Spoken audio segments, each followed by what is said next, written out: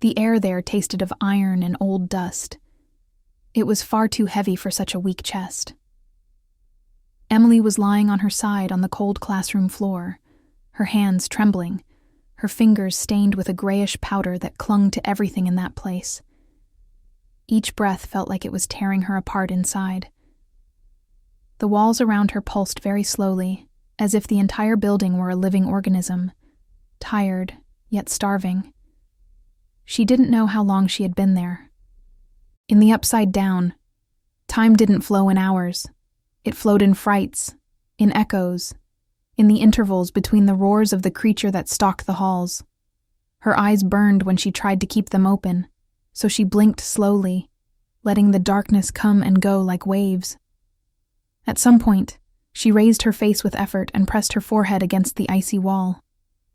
The concrete vibrated slightly, like a huge heart beating far away. Liam.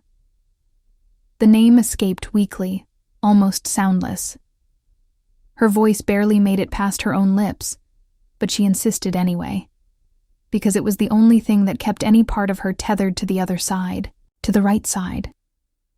She closed her eyes, and in the darkness, she saw his face as a memory. His crooked smile, the hair falling onto his forehead, the slightly awkward way he said, "I love you," as if he were committing a crime. "Liam," she repeated, a little louder, though it echoed brokenly through the living walls. "I'm here." Something dragged itself in the hallway outside, a sound all too familiar. The creature's weight, its claws scraping the floor, the air being sliced. Emily curled her legs in reflex, her heart racing, even while exhausted. The monster always passed close by, as if it scented her presence and for some reason spared her. Maybe it was saving her. Maybe it was just playing. The blown-out lights on the ceiling flickered red for a few seconds, then returned to the bluish gloom that stained everything in that world. She took one deep breath, her chest burning. "Liam, if you can hear me," she whispered, as if speaking directly to the fabric of reality. I love you. Don't forget me." A tear rolled down, mixing with the dust on her face.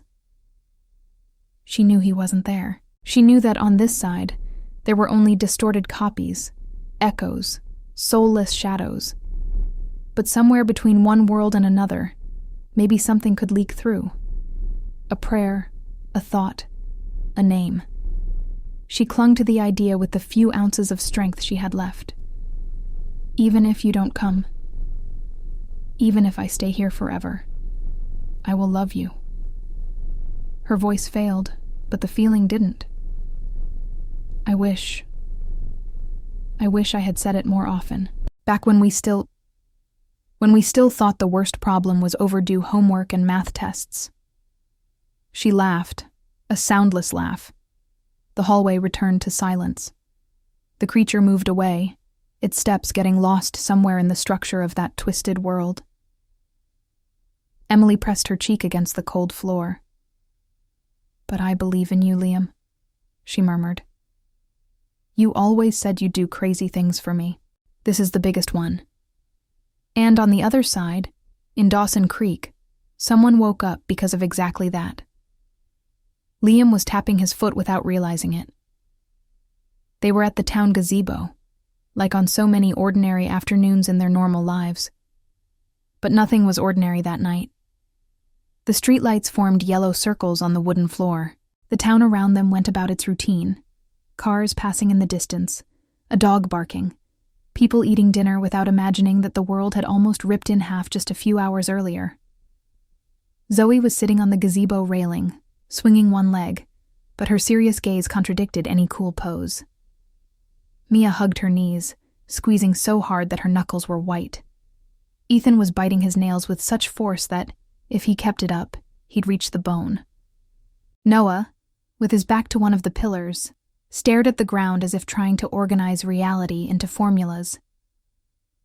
In the corner of Noah's father's barn on the other side of town, the replica of Emily was locked up with chains and padlocks. That alone felt like a crime against every possible ethical code. But nothing was simple when you opened a portal to a world where things breathed without lungs. "We need to decide," Zoe said, breaking the silence for the third time that night. "We can't keep going in circles." "I've already decided," Liam answered without thinking. "I'm going in." The words came out firm. No part of him seemed to consider any other option. "Liam," Mia started, her voice choked. He held up a hand, asking for a second. "I know what you're going to say. That it's crazy. That it's suicide. That no one should go back to that place. And you're right." He inhaled deeply. "But Emily is there." Her name seemed to pull invisible threads between them. Everyone remembered a different image. Emily laughing in the school hallway. Emily telling a horror story by the bonfire. Emily drawing in her notebook. Emily crying after her first fight with her parents. Pale. Alive. Real. "The Emily who's locked in the barn," Zoe began, swallowing hard. "She's not a monster. She said she missed home. She told us that. She said it was too fixed over there," Ethan added, shivering. "Who talks like that?" "She's not Emily," Mia murmured, tears starting to gather in her eyes. "She's a reflection, a glitch, an echo." The replica itself explained it. "It might have energy, consciousness, something, but it's not her. And our Emily." Noah finished, as if concluding a painful math problem. "She stayed on the other side. When we came back the first time, only 5 sets of footprints crossed over. The 6th vanished before the door." The memory of when they realized it still stung each of them. The dust on the school basement floor, the marks of their sneakers, the irregular outlines. Noah quietly counting. 1, 2, 3, 4, 5. And the absence of the 6th pair reaching the door. Liam closed his eyes for a moment. Every memory with Emily seemed to want to explode inside his chest. "What would you do in my place?" he asked, looking at his friends one by one. "If it were your boyfriend there, Mia? Or you, Zoe, trapped in that place? I know it's incredibly dangerous. I know I might not come back. But I won't be able to live knowing that I left her there when there's a chance to save her." Zoe held her breath. She knew that look. She had seen it when he stepped in front of an older kid who was trying to shove Ethan in the locker room, or when he decided to climb the gym roof to retrieve a stuck drone, even though he knew everything could go wrong. "You're not going alone," she finally said. "Zoe," he protested. "Shut up." She stepped down from the railing and pointed a finger at him. "Do you think I'm going to sit here knowing you're in there, running from that thing, carrying Emily while I'm, I don't know, watching TV? Not on my worst day of cowardice." Ethan let out a desperate sigh. "I should have made friends who like video games and pizza," he grumbled. "Not dimensional portals." Mia wiped her face. "I'm terrified," she confessed. "But I'm coming too." "Mia, you don't have to," Liam began. "Yes, I do." She faced him, firm despite her tears. "She's my friend, and someone has to make sure you don't try to carry the world on your back all by yourself." Everyone looked at Noah, the missing piece. He let out his breath very slowly, as if extinguishing invisible candles. "If you go without me, you'll get lost in 5 minutes," he said, in a tone that tried to be neutral. "Someone needs to remember the path. May's rules, you know." "Is that a yes?" Ethan asked. "Unfortunately, it is." Ethan looked up at the sky, as if asking permission from some distracted angel. "Fine, okay. Then I'm coming too. Someone has to keep the bad jokes going during the apocalypse." No one laughed, but the presence of the joke made everything a little more real. "So that's it," Zoe concluded. "We go in. We find Emily. We come back. We lock that door in a way that not even an earthquake can open. And We pray that the other side accepts losing a piece. Liam felt a knot unravel inside him. Thank you.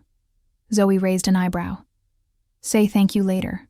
For now, can we just not die? The decision, once made, seemed to pull them all by the feet toward the school basement, as if the door already knew it would be used. As they walked toward Hawthorne Elementary, the town passed in slow motion. An old lady watering plants, a kid riding a bike, a man closing his garage door. No one had any idea that, beneath an old building, a second world existed, ready to swallow everything, if it could. Liam walked ahead, his hands clenched into fists, feeling somewhere between his chest and stomach the echo of Emily's words. He hadn't heard them, but he had dreamed them. The night before, he had woken up sweating, his heart pounding, with the distinct sensation of a voice whispering his name underwater. 3 times, and then a trembling, "I love you," so real that he still felt the impact, even when awake. He didn't know if it had come from his own mind or from somewhere between worlds. It didn't matter. It was a call, and he was going to answer. As they reached the school's rusty gate, the wind felt colder. The abandoned building was silhouetted against the sky, its broken windows like empty eyes. The tall weeds moved as if something were crawling underneath. "Last chance to bail, team," Ethan said, his voice a little too loud for someone who was joking. No one answered. They entered through the gate, crossed the yard, and went through the main corridor. Everything was as it had been the first time. The reception desk covered in dust, the stopped clock, the yellowed murals of children's drawings from the 80s, the smell of abandonment. But this time, they weren't there out of curiosity. They were there for a rescue. They descended the stairs to the basement almost in silence. Every creak of the floorboards, every groan of metal seemed to echo more than it should.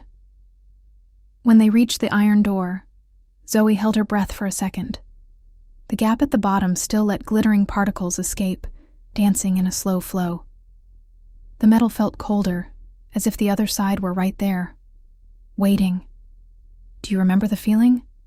Mia asked in a thread of a voice. "How could we forget?" Noah muttered. Liam moved his hand toward the doorknob. The metal was freezing, almost burning his skin. "Ready?" he asked. "No," Ethan answered instantly. "But we're going anyway." Liam turned the knob. The icy wind rushed out like the first time, but now it seemed furious. The particles vibrated faster, some clinging to their hair, their clothes, their skin. A low hum filled the air, as if a giant room full of old machinery had turned on all at once. They crossed the doorway. The upside down greeted them with the same shock of strangeness.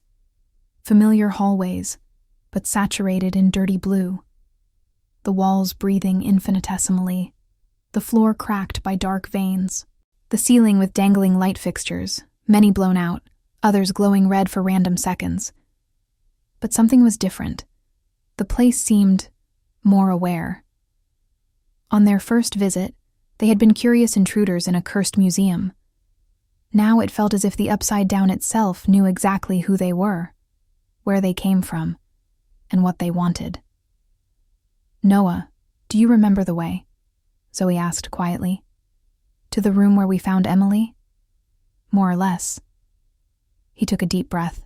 "But I also think the place isn't going to make it easy." They started walking. The air made a constant, low, hissing sound. In some rooms, silent shadows of children playing appeared on the walls, just outlines that endlessly repeated gestures, like a video on loop.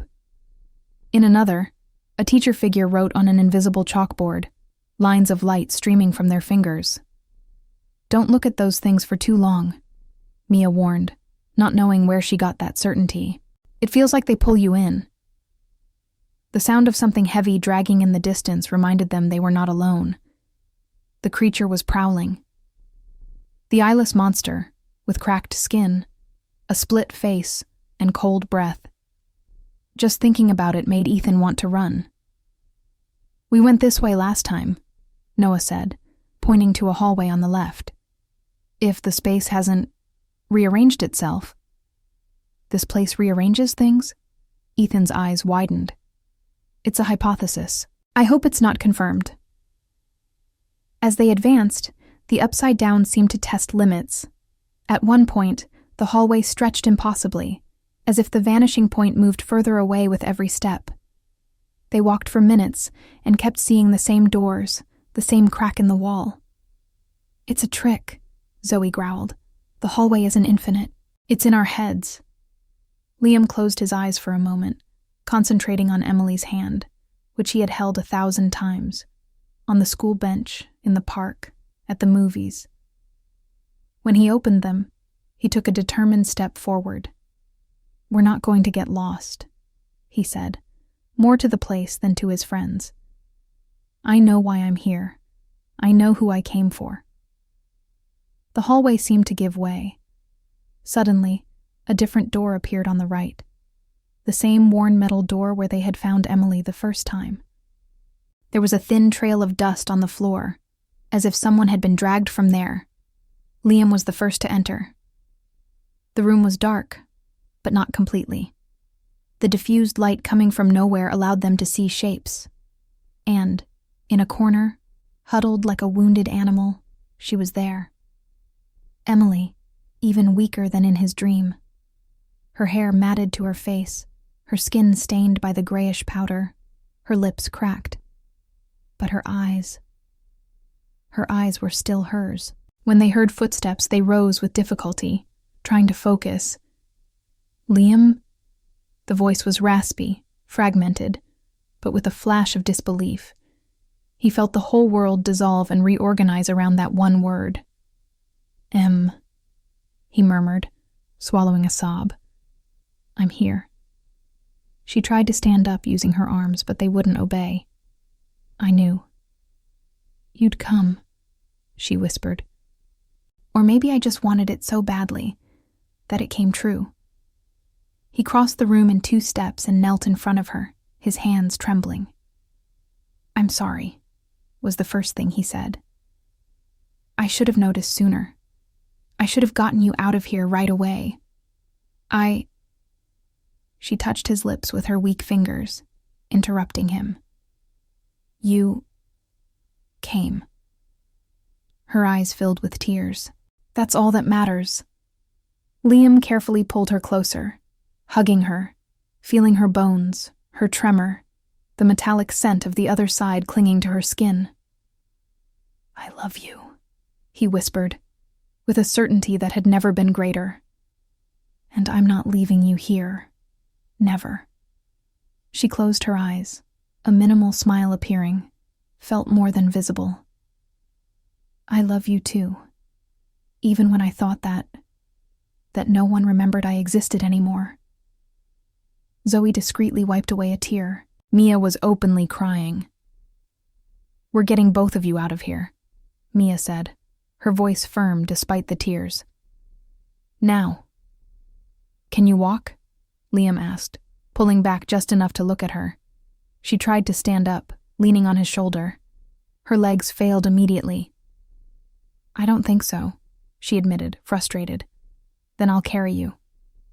He lifted her into his arms. She was too light, as if half of her had been consumed by that world. "That's going to kill you with exhaustion," Zoe observed. "I've been dead inside since I realized she was stuck here," he retorted without humor. "The rest is details." They left the room. The hallway seemed narrower, the air denser, as if the upside-down sensed they were taking something it thought belonged to it. Only a few yards in, the roar sounded, closer, angrier. The creature knew. The weight of its steps echoed through the floor. Nails, claws, that damp breathing. "Run!" Zoe yelled, leading the way. They ran, but it was a strange kind of running. The floor seemed to want to glue them down. The walls tilted slightly, trying to push them back. Liam felt his muscles burn. Emily was a beloved weight, but a weight nonetheless. His breath came in painful gasps. but he did not loosen his grip. "How far to the portal?" Ethan panted. "About 150 yards," Noah replied breathlessly. "If the space stays constant." A snap behind them made Mia look over her shoulder. For a second, she saw a massive shadow overtaking the hallway, the split in the creature's face opening and closing like a toothless mouth. She swallowed a scream and turned back. "Don't look," she muttered to herself. "Just walk." When they saw the opaque light of the portal, they felt an explosion of hope.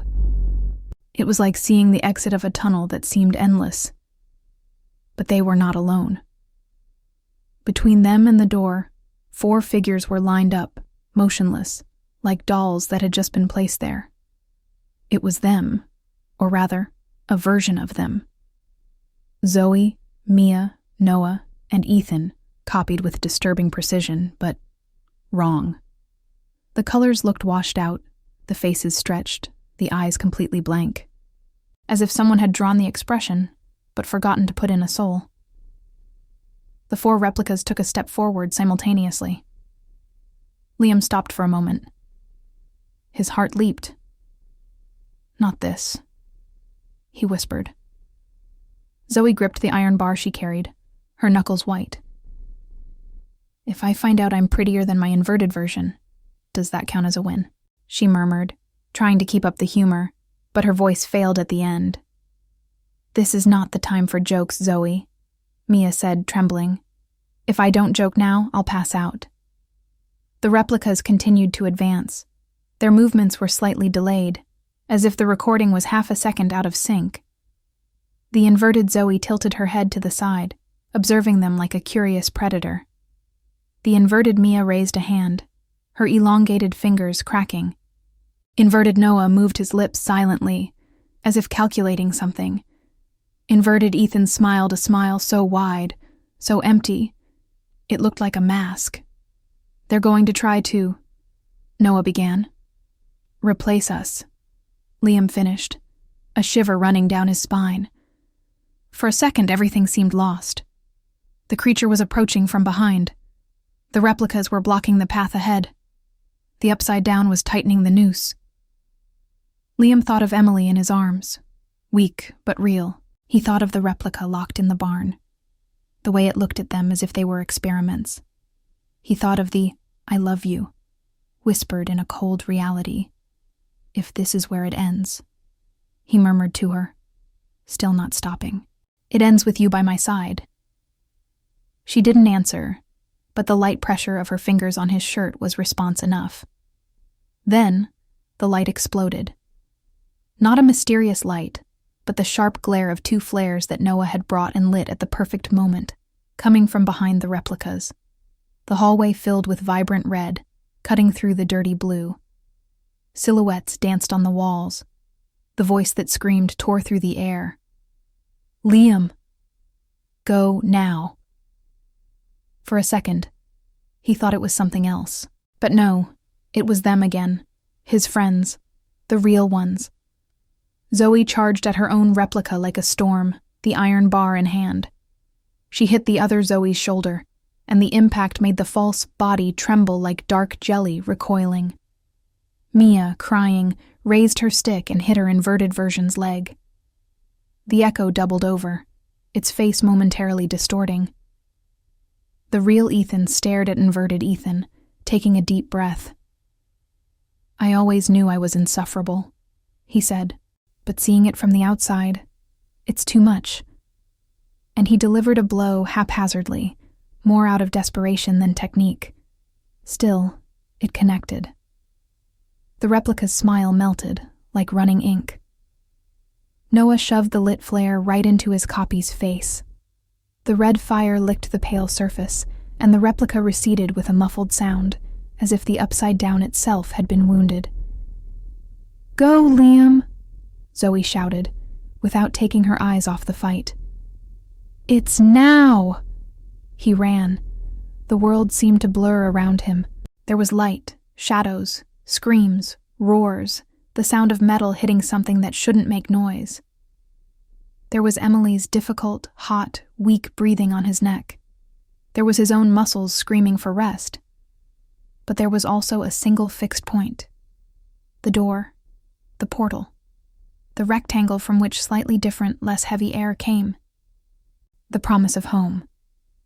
He focused on it and ran as if his entire life depended on that movement.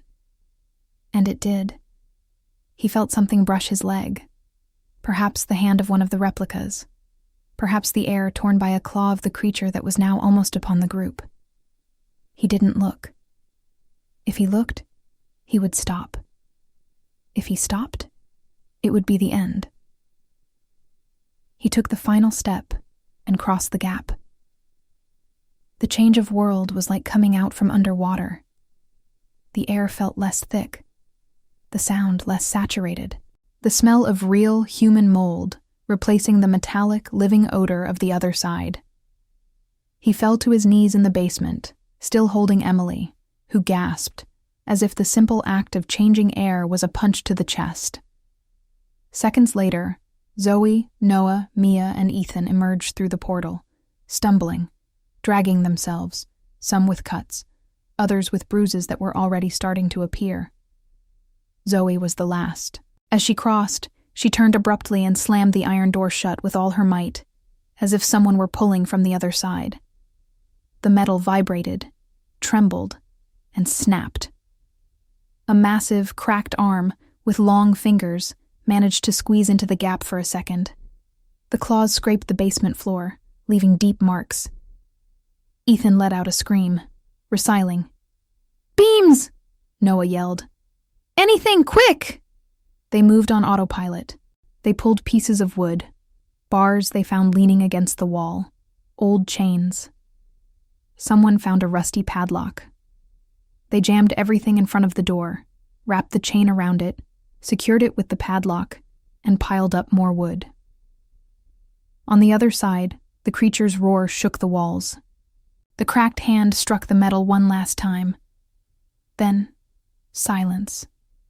The basement seemed to shrink, returning to just being an old, abandoned school basement. Liam, still on his knees, finally felt his strength leave him. He gently supported Emily on the floor. She was breathing raggedly, but the air seemed to circulate differently now, as if her lungs recognized the right side. She opened her eyes slowly. Her eyes were clear, full of a life that the replica never had. There was fear, pain, exhaustion, but also a flicker of joy that only exists in those who see the light after spending a long time in the dark. "Did we come back?" she asked, her voice shaky.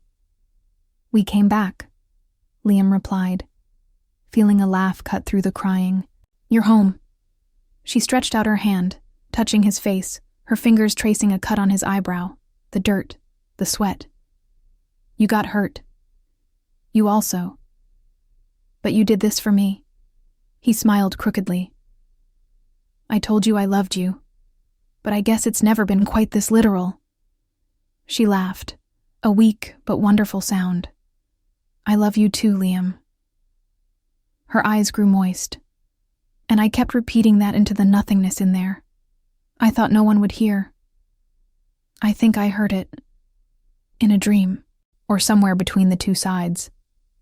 For a moment, it seemed like only the two of them existed, there on the cold basement floor. The rest of the world, with its doors and monsters and replications, could wait. Mia knelt beside them, crying and laughing at the same time. "I should hit you, Emily," she said, "but I can only hug you." "Then hug me," Emily whispered. They embraced in a crooked hug, full of dust and tears. Zoe threw herself onto her back on the floor, looking up at the ceiling. "Officially, that was the worst and best idea we've ever had," she announced. "And please, let it be the last of its kind."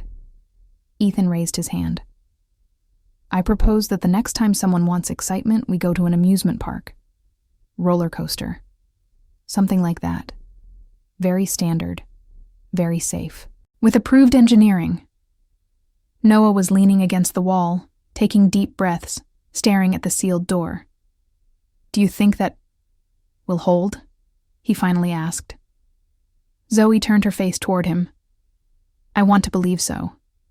Mia ran her hand over the padlock, the chain. "And if it doesn't hold, we'll hear it first." A shiver ran down her spine. "The world isn't the same after you see what we saw. I think that if anything from the other side tries to come through again, we'll know." They climbed the stairs together, slowly this time, as if each step were a farewell to that place. When they stepped out the school door, the sky of Dawson Creek welcomed them with a deep blue, the first stars beginning to appear. The wind was just wind, the trees just trees. The silence, just silence. Emily breathed the cold night air as if it were the most precious thing in the world. "There are stars," she murmured, looking up. "There are," Liam confirmed by her side. "Did you forget?" "Over there." "The sky isn't sky," she replied with a shudder. "It's like a ceiling of smoke, endless, nothing. I had forgotten what it's like to see points of light." He intertwined his fingers with hers. "Welcome back."